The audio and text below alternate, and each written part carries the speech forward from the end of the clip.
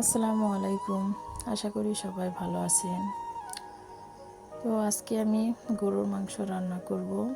তো এখানে আমি সব মশলা দিয়ে মাংসটা আগে মাখিয়ে রেখেছিলাম 1 ঘন্টার মতন। তো মাখিয়ে রাখলে দেখা যাচ্ছে যে মাংসের ভিতরে মশলাটা তাড়াতাড়ি ঢোকে আর সময়টাও কম লাগে। তো এখানে আমি একটা পাতিল দিয়ে দিচ্ছি।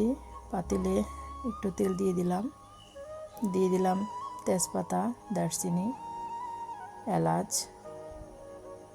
তো দিয়ে দিলাম পেঁয়াজ কুচি। তো এটা ভালোভাবে নেড়ে চেড়ে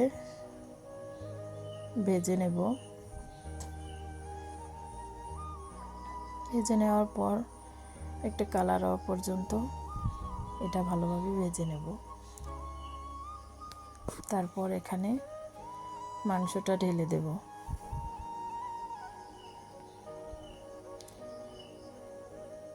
দেখা যাচ্ছে যে এভাবে মাংসটা রান্না করলে সময়টাও কম লাগে।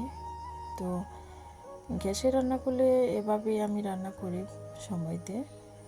তো এই তো মাংস দিয়ে দিলাম, ভালোভাবে এটাকে নেড়ে নেব। এই তো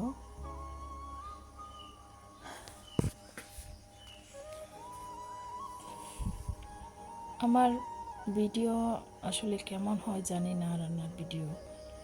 তো এক হাত দিয়ে ভিডিও করা আর এক হাত দিয়ে রান্না করা আমার জন্য একটু কষ্ট হয়ে যায়।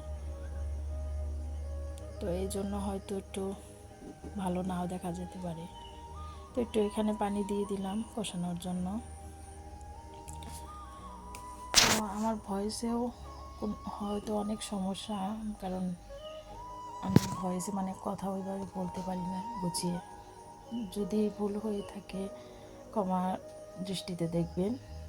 আমার রান্নাটা শেষ হয় নাই, তার আগে গ্যাস শেষ। তো ভালো থাকবেন আজকের মতো। আল্লাহ হাফেজ।